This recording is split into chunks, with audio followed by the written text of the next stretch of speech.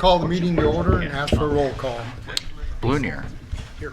Leach. Here. Lehman. Here. Menold. Here. Newman. Parrott. Here. Here. We have a quorum. Thank you. If you join me in the Pledge of Allegiance.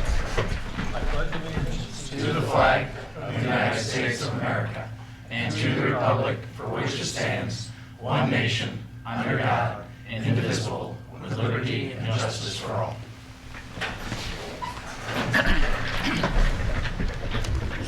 I don't believe there are any presentations or special reports tonight. Any public comment? Good evening, everyone. Leanne Brown with the Morton Chamber of Commerce and Economic Development Council. Just a couple quick things. Just wanted to share congratulations to 4B components here in our community. They were awarded the Illinois Governor's Export Award for Agriculture. So definitely want to congratulate them on their growing business, and to be awarded that from our governor was a great honor. Also, just in regards to the Pocket Park, one of the agenda items, just want to put out a notification. The Pocket Park was going to be the adopted project of the Morton Chamber of Commerce for our Pumpkin Festival Give Back project. So just want to make a public announcement that those nominations are open. So if there's any public entity, any community project that anybody's aware of, that you can submit a nomination to the Morton Chamber. Each year after festival, with hopefully no rain out, hopefully we're getting that out of the way, we're able to allocate up to $25,000 to a community kind of brick and mortar project. Last year was the Jefferson School Playground. We allocated some funds towards that project. So if you know of any, please submit those to the Morton Chamber of Commerce. And I'll leave you with that. Thank you. All right, thank you. The consent agenda tonight is the approval of the minutes, the regular meeting of June 17th, 2019, and the approval of the bills. Can I have a motion? So moved. Second. Any comments? Call the roll. Blunier. Yes. Leach. Yes. Lehman. Yes. Menold. Yes. Newman. Yes. Parrott. Yes. Motion passes. I have nothing tonight. Village clerk. Nothing tonight, Your Honor. Thank you. Village administrator. Thanks, Your Honor. Village administrator has given us a reference guide to the Open Meetings Act. Each of us have here. All right, Chief of Police. I have nothing this evening, Your Honor. Welcome back from your vacation, Thank you. as well as Trustee Newman. We weren't together. Make that clear. Corporation Counsel. I have one item tonight, Your Honor, ordinance number 20-06, an ordinance making amendments regarding cannabis businesses to Title III of the Morton Municipal Code. If I could have a motion, Move to approve. Second. I'll have you explain it. Thank you. Ordinance number 20-06 was an ordinance that the mayor and I conferred on following the state's adoption of the Cannabis Regulation and Tax Act. The Cannabis Regulation Tax Act has a section 55-25 which authorizes units of local government to enact ordinances to prohibit or significantly limit a cannabis business establishment's location within the boundaries of that unit of local government. And in conferring with the mayor, the ordinance was prepared tonight which would prohibit the location of cannabis business establishments within the village. That includes craft growers, cultivation centers, dispensing organizations, processing organizations, and transporting organizations. This is probably the tip of the spear of some ordinances that will be coming to you over the course of the next few months before January 1st of 2020. I anticipate at least one additional ordinance which will address a number of the other issues that the Cannabis Regulation and Tax Act presents, including things like underage possession of cannabis, public consumption of cannabis, vehicular possession of cannabis, as well as repeals on some of our ordinances that have been superseded by state legislation. So this addresses a small portion of the issues presented by the Cannabis Regulation and Tax Act. And working closely with the mayor, chief of police, and others, we'll have an ordinance later on this year that addresses other issues. So this is limited to exercising authority reserved to us under a specific section of this law, allowing you to prohibit cannabis business establishments within the village. Any questions or comments by the trustees? I guess I'll just clarify what we were discussing a little bit earlier. Establishments that sell products that are considered to be cannabis-based derivatives, does this apply to that? CBDs would not be covered within the scope of this ordinance. The legislation on CBDs was apart from the Cannabis Regulation and Tax Act. So this would be the sale of cannabis as that term is used in the act, but that does not go so far as to apply to CBD products. Okay, thank you. Would that apply to THC? Was it 0.03% or? There are certain regulations, it's my understanding, and I will admit I am not as well versed at the moment on the federal regulations on CBD, but I believe the federal regulations on CBD have a maximum concentration of THC for the product to be able to be sold as CBD. And so if the concentration of THC exceeds that threshold, then it would not be a lawful Okay. CBD sale. All right, that makes it clear. Any other questions? If not, call the roll. Leach. Yes. Lehman. Yes. Menold. Yes. Newman. Yes. Parrot. Yes. Blunier. Yes. Motion passes. Thank you. Director of Fire and Emergency Services Nothing tonight, Your Honor. and Director of Public Works. Several items tonight, Your Honor. First is item A in front of you is ordinance 20-07. This is an ordinance making amendments regarding cluster box units to Title 11 of the Morton Municipal Code. You gonna have a motion?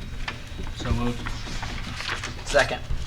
And Craig, if you could explain cluster boxes. Yes, so cluster boxes, just in general, that's the cluster of mailboxes you've typically seen, apartments, private developments. This is the direction that the postmaster here in Morton, and I believe across the country, is going in terms of mailboxes. So this will be a significant change to homeowners going forward and their convenience to having a mailbox in front of their house. So with Fieldstone 4 on the agenda tonight, we've worked with, Roger and I have worked with Tom Armstrong, the developer, and this will be the first one that has cluster boxes. So this just basically sets up the construction standards, lighting, ADA, ownership and maintenance through subdivision construction, but also thereafter making sure that the village is not owning these either. One additional point of clarification, the ordinance applies to new subdivisions. Yes. So this is not making a change to existing mail delivery for existing residences within the village. This is a new regulation for new subdivisions. Yes, so new going forward as basically to tonight going forward. So even the empty lots, in Orchard Hills, Trails of Timber Oaks, those would get the single mailbox. But pretty much going forward, any new subdivision would get cluster boxes. As far as location, the ordinance says that the location would be on a private lot or outlot.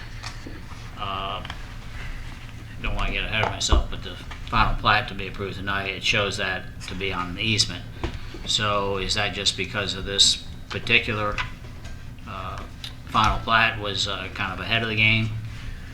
I think if we can get it on an easement, that would be my preference, but I think in some scenarios on newer subdivision where maybe there's a little more planning, that it could be more of in an open space. From my perspective, and Pat, please join in, this will be nice to have a little bit of teeth in having a homeowners association too. So in that case, I think there's options going forward to have it on a private or outlot. I'm fine with it being on an easement though. As far as now. Well, right now, the way the ordinance reads, it appears to me that it's a separate lot or outlot, which to me would be much more difficult to, long-term, make sure that somebody owns the thing.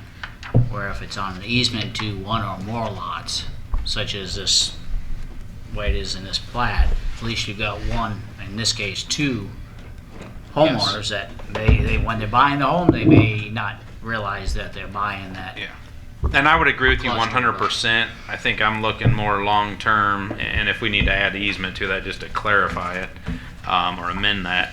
But I think in the future, I would like to leave it open, and I'm deferring to you a little bit, Pat, on homeowners association, that we've got the teeth to do that. But I think in some cases, if you have a newer subdivision, I think some have expressed interest in having a little more green space, open space, where there could be somewhere they could go. Obviously, I agree with you again 100%. We want to make sure that there's no opportunity for us to inherit that back or have ownership issues with that. All right, I appreciate Trustee Newman's comment because it highlights an issue which Craig and I hadn't identified in our mutual work on this ordinance, so I appreciate the feedback there. I would suggest that it may be appropriate to table this so I can clarify the language in that section 3. Ultimately, it may be best to revise that language to reserve discretion for approval of the location of the cluster box unit to the superintendent of public works, so that if those situations arise where it makes sense on the easement, that's acceptable, or if it's on a private lot or outlot, those can be addressed as well. So in light of the issue identified here, I would ask that we table this, and I'll bring it back revised for next month's meeting, or your next meeting. Before you table it, could I ask a question too of council? In the description where it talks about the fine amounts, it says any person who owns a cluster box. Does that mean one of the units in the whole cluster or the whole box? It would be the cluster box unit, so it would be the physical, the ordinance envisions a subdivider owning the physical structure inclusive of the individual compartments, and then passing that ownership off to the homeowners association. And so it would be essentially either subdivider or the homeowners association would be that liable person. If you have a box in the cluster and the entire unit isn't being maintained, we couldn't pursue a homeowner individually simply because they use that to get their mail. It would be whoever owns the physical kind of appurtenance to the structure. Then do you need to add the HOA to that term, any person? Person as used in our code would be inclusive of entities, artificial legal entities, like a corporation or homeowners association. Thanks. I move to table. Okay, who had the second? He had the original. I guess I motion. had the original motion. Would you agree with that? I'll move the table, and you can I'll second. All right, we'll table that to the next one. All right, we have to call a vote on that, so. Okay. Lehman. Yes. Mennel. Yes. Newman. Yes. Parrot. Yes. Blunier. Yes. Leach. Yes. The ordinance is tabled. Okay, thank you. All right, next item is item B, Resolution 12-20. This is a resolution repealing Resolution 01-20 in reference to the pocket park proposal. We could have a motion. So moved. Second. Okay. This is basically repealing the agreement before. I've worked with Bruce and Leanne, and this is something I've worked with Pat on. I think the concern with the property, and I appreciate Bruce being honest and upfront on this, where we haven't spent any money on the agreement to date, but at the end of the day, when he conferred with their structural engineers, there just wasn't the property available to do what we wanted to do. So until I think the goal tonight is to repeal that. We haven't spent any money. Let's work towards, if we can get the property deeded. I think the local PNC manager is going to pursue that with corporate PNC. If that in fact is the case, then I think we would revisit that. But along with that, we'd check the utilities again, make sure they're not in conflict with footings, of which came to light also with the size of these statues, that the footings might be in conflict. And then also with acquiring that property, we'd want to confer with any variances that would be needed also. So I think this is kind of just putting a little bow and cleaning it up, but with the opportunity, and I think it states it very well in here from Pat, that if we were to get the property, then we'd come back to you with a new proposal. Okay. Any questions, comments? And I put a paper on your in front of you tonight that shows the location of the property. The one thing I would point out, though, that is in green there is the existing curb. So this actually gets into the parking lot of PNC also. So I anticipate that would take a little time to get done if that was the case. So I think this just cleans it up for all of us, and then at such time that PNC gets back to us, we'll just see where that goes, if it goes. I guess as far as the comment's concerned, I appreciate the work, that has been done thus far on it. It's something I think is a positive thing for our community to have, and hopefully, PNC can help out to be able to make this work. I think it's exciting to see how our community has grown and all the I think the plaza and many different things that have been done so far in our community have really helped bring just a light to our community, and I think it's just a lot of action downtown. It was fun this past was it Friday, Leanne? And it was a lot of fun for those who were a part of the community to see all the people walking downtown and a lot of life. So this is one more thing, one more way to be able to bring people into town and bring people to our downtown especially. So anyway, I just wanted that to be shared. All right, no other comments? Call the roll. Mennel. Yes. Newman. Yes. Parrot. Yes. Blunier. Yes. Leach. Yes. Lehman. Yes. Motion passes. That's all you have, Craig? Nothing else? That's all I have to. Okay. Planning and zoning, Roger? Several items tonight, Your Honor. Item A is a special use application, 19-07 for 445 East Birchwood. This was, public hearing was held on this a week ago tonight for that property on Birchwood to be the new home for a personal training facility, CrossFit, which requires a special use. It's a industrial property, and this is a B use. So that was approved unanimously at the Plan Commission, and looks to be a good location for these people. There's parking.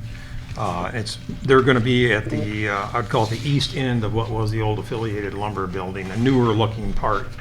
So it should be a good home and a good fit for these folks. It'll be close to the corner of 4th and Birchwood. Right. Yep. So, could we have a motion? So moved. Second. Any questions? Call the roll. Newman. Yes. Parrot. Yes. Blunier. Yes. Leach. Yes. Lehman. Yes. Mennel. Yes. Motion passes.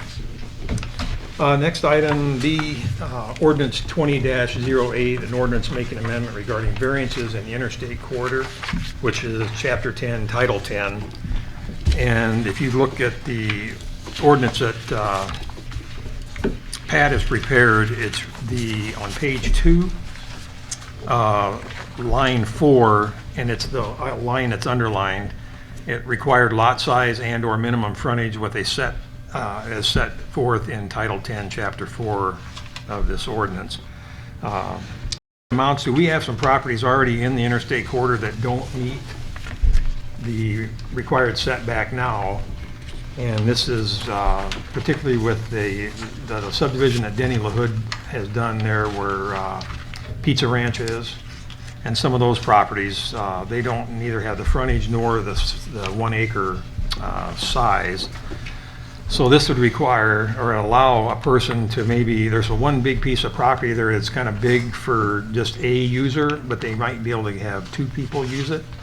But what they did that, it won't meet this, the intended requirements in our ordinance for setback or size. So that gives them an option to at least bring that to the Zoning Board of Appeals and then into you for final approval.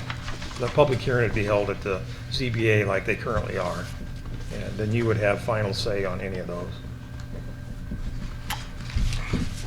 And they are actually working with some clients now.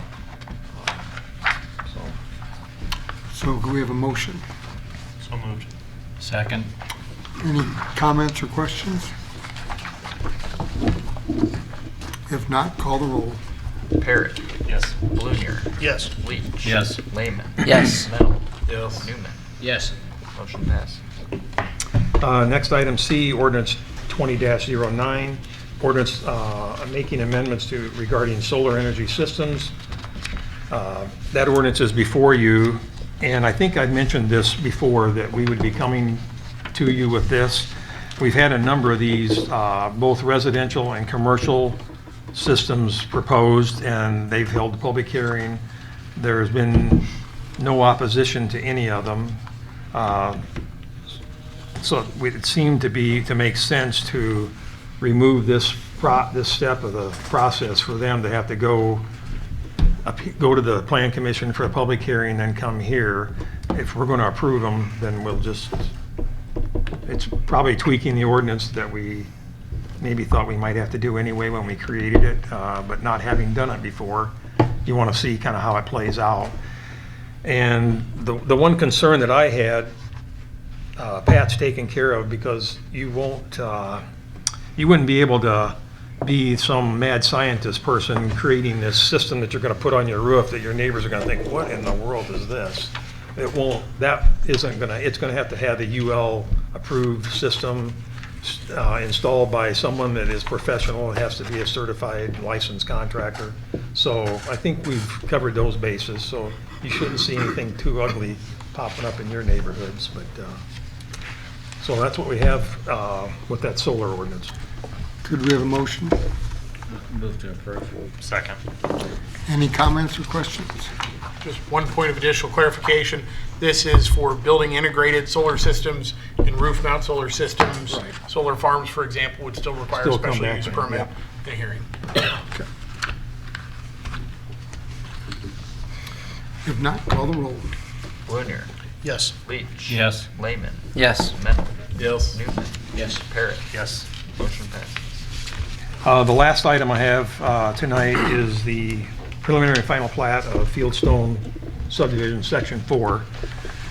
And if you want to see on that plat what this cluster box easement looks like, if you look up at the north end, it's between lots 164 and 165. You'll see a little rectangle there representing that easement.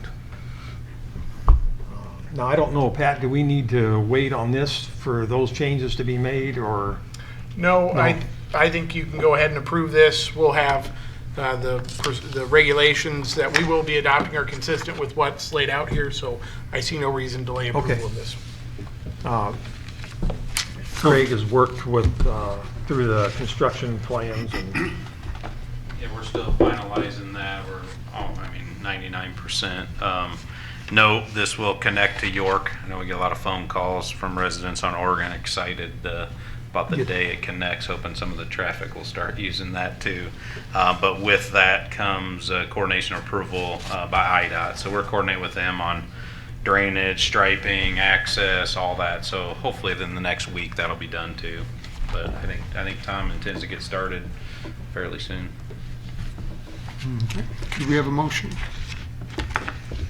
I move approval of preliminary and final plat. Second. Any questions, comments? Just a question about, as you look at sections 5, 6, 7, and 8 that aren't, platted yet, will each one of those have their own cluster? yes. Yes. We've kind of laid them out. They'll be mirrored or somewhat. I just wondered how large they were going to be if you were going to do the whole, 6, 7, and 8 was going to be at one spot. I just wondered if that was going to be a little larger, ugly. Yeah, no, I think once we put this one in, they'll be the same size, just kind of split up. Just so people have at least a reasonable distance to walk. That's the goal. Have you heard any concerns? I know that it sounds like there's been some praises. Have there been any phone calls or concerns of members of Fieldstone about the mailboxes? Oh, the mailboxes? So this will just be for the new ones? No, but I anticipate when somebody builds, I think Tom's good and he'll communicate that. That'll be the one nice thing is he'll be building a home, so he can be that communicator also. But I think people, will unfortunately learn and be sad. I think majority that they don't have a mailbox, but I don't know that they'll know until after some of these are built, from my experience. I'm going to forward the calls to Craig Yeah. when they do come in. I'm going to forward them to the postmaster. A lot fewer mailboxes to knock over the snowplows. That is the bonus. That is a bonus. This will save the village money, I think. Yeah. So, and the postmaster Maybe I is should great to take work that with. one out. Yeah, exactly. Luckily, we're going to work to put that behind the sidewalk, so that's going to take a heck of a driver there. You had to say something, didn't you? So, Mr. Mayor, can I ask a question as it pertains to cluster mailboxes? Just, this one's been kind of on my mind. It reads that all cluster box units shall be designed, constructed, installed, and maintained in accordance with all applicable rules and regulations of the United States Postal Service. Okay, I don't know what that means, but I'm sure that the setback will be what it's supposed to be. It will look how it's supposed to look. But let me compare it to when we've all driven up to a brand new gas station and pump our gas. It looks beautiful. And a few years down the road, the metal rings begin to rust and paint starts to peel. But I've been to places where they've used stainless steel on these, and they remain nice for a long, long time. What is the design, the constructed materials? Do you know that at this point? And can we have regulation that requires the materials are used so that they stay nice looking for a longer period of time so we don't have that type of problem? Yeah, I mean, I think right now, we were trying to keep it reasonable cost for the developer too, as opposed to stainless versus that. I'm not, obviously not opposed to stainless, but right now, I think our goal was, it would probably be a black painted. But that's why the maintenance stuff's in here too, so that, you know, that's gonna be another item on us in zoning to oversee. Probably not Roger, but the next guy. Probably not. That's why he's in agreement. But yeah, that is a concern, and obviously we're bringing this back in a couple weeks. I'd be anxious for feedback on that too. The Postal Service has a publication about what their requirements are for cluster boxes. It's pretty detailed, and I'd be happy to share a copy of that with the board. I don't believe the regulations go so far as to require stainless. In fact, I'm 99% sure they don't. And that certainly is something we could adopt at the village level if so desired. I just think it would fall in line with the way Craig designs the improvements within the city. They're long-term, they're high quality. And I'd hate to see us look back at this 5 or 10 years from now and wish that we would have used the higher quality materials because it would cost us more to replace it and it would deteriorate and really detract from the neighborhood. So just a thought to keep in mind. And our goal is to make them look the same. So once we're kind of using Tom's development here and he's easy to work with to find something we like, and then we intend to include that in our subdivision standards going forward too. So this would be the time. I like the idea of stainless. It's the first thing you see when you pull in. it's- It's gonna stay nice. It's gonna stay nice. Is it that much more? I would think it's a decent amount for stainless. I know we use stainless on some of our electrical cabinets and stuff, and I mean, I can verify that, but I don't know, Nate, you've been dealing with some stuff lately. If you It's definitely going to increase the cost, but what I would think on this size of development, it's a very small portion Well, that's of where I'm looking the at overall it. cost. You know, there's a lot more costs in the roads and the infrastructure there than there is Per lot, it isn't gonna amount to No, much. per lot, dollars. I'd support the motion to make it stainless. I think the Have to break cluster, the tie. the cluster itself will be aluminum or stainless. And I can do some research on that and get some standards. Most of the standards you look at have the U.S. Postal Service, you know, kind of stamp on the standard, so I can look and see what stainless ones are out there. If that's what you guys want to do. The ones I'm familiar with are painted steel, and usually the ones I've noticed are green, kind of a light pale green. Yeah. So I imagine color doesn't matter, but I would agree with y'all there. I mean, if it's not totally out of reason, stainless is going to last for a long time, and whoever's going to inherit these things won't have to be dealing with paint. And paint The homeowners will appreciate that I imagine long it would be a nightmare. Can you imagine painting all those little doors? Well, that's my final point. You know, if someone's in charge of this and is accountable, how are we gonna, what level of accountability do they have? How concerned are they about the way it looks, and will they go out and take care of it? Whereas stainless is simply not going to rust, and that's one less thing they have to worry about. No, I think it's a very good point. Curious about snow removal. And maybe, I would assume it's in the ordinance, but talking about behind the sidewalk, who's responsible It's for on that? private property, so I think that's the thing. Our guys are gonna have to be cautious and be like damaging anything on private property. No, but who does remove the snow so they're accessible? the subdivider until Yes. it's owned by the HOA, and then the HOA, once they obtain ownership, is responsible for clearing snow for ingress and egress to the cluster box. Whoever wants to get their mail. Yeah. No, that's a good point, yeah. But going forward, if it's in the easement, there is not an HOA. It almost seems like we have to have everyone is gonna have to have a HOA, because if something needs to be billed, we have to have the right to bill each homeowner. The ordinance requires the subdivider to own it, and the basically compliance with our ordinance would be a mandate of the bond, the subdivider post, and it only allows conveyance to a homeowners association.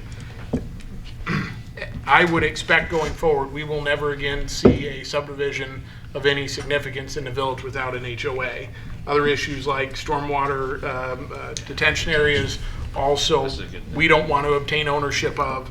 So going forward from a planning standpoint, I think our objective is to merely compel the subdivider to set forth restrictions and create an HOA. The HOA would have long-term ownership, and then we would have the ability to enforce the requirements of our ordinance against that HOA, of which each owner of the subdivision is a member and therefore bears financial responsibility for any fines or losses through the HOA assessments. So Yeah, this is another nice mechanism to get there, which is, I've talked to you, obviously, Jeff, about this for quite some time, but I think homeowner association's good for all parties It's fair. involved. and honestly, some of these are some of the reasons why the cluster boxes present new challenges to the village. Obviously, we don't have to worry about all these issues if we have single mailboxes per home, but as a practical matter, in working with staff, long-term HOA ownership was what we identified to be the best solution, to have some accountable party. So, But how do you ensure that the HOA is maintained in perpetuity? once the handoff is made to the homeowners association, if the homeowners association becomes inactive, for example, so if they don't maintain their corporate status, then there would be personal liability, in my opinion, as legal counsel for the village. Each of the members of the homeowners association, if it's not incorporated, would bear personal liability as members of the HOA. And so if an HOA were to become defunct, and if we were to have a problem with the cluster box that HOA owns being maintained, I would envision pursuing, and this is skipping some intervening steps to try to obtain compliance, but our remedies would include pursuing each of the homeowners in that subdivision personally as a party responsible for the liabilities of the HOA. So we to your point, that I wish there was more we could do to ensure the HOA stays in place and active, but fundamentally we're not left without remedy if they don't. Well, I guess that's why I see placing these things on the easement that's on a particular one or more lots. At least you've got those lot owners that technically are responsible for it then.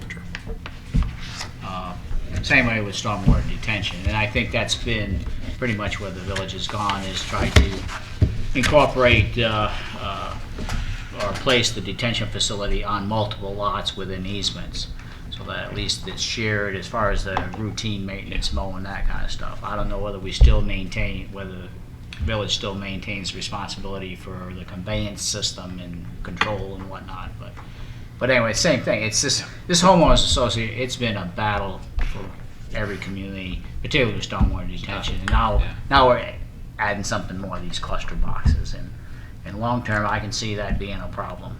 Now if we're stainless steel, at least it's longer term before it becomes a problem. It's a long-term cluster. But it's just one more thing, and again, whatever we can do to try to make sure we get a HOA established in functioning before the developer walks away, that's a plus, but again, there's no guarantee that it's gonna, the long-term liability. If you can create accountability through the HOA and for the homeowners, that's good, because I've seen homeowner associations fizzle out. And I've seen subdividers that won't give you the time of day when issues come up. So if you can hold them accountable, that's a good thing. They need a reason to exist, though, partly. Yes. And it needs to be more probably than just cluster boxes and a stormwater detention Those are facility. the tough ones There when needs to there's be not some a lot. other you know. amenities. Your neighborhood's the same way. You got a couple signs, you got some of those things. Yep. When those things Signs become are a another problem, thing. and we've had those in Yep. subdivisions here, and everybody's going, and then guess what? The sign just Disappears disappears or or falls into whatever. disrepair. Those Yeah. small ones, I would agree with you, are tough. If you got a few more, that's why this is a nice mechanism, I hope. And I could see more things added in the future, like I said, at some point. You know, there's more talk of adding more open space amongst developers, whatever. Obviously, costs are tough, but, you know, that's another thing I think that paves the way to having a stronger homeowners association. So saying that, would the trustees that made the first and second motion be interesting to add stainless steel? Can council add that,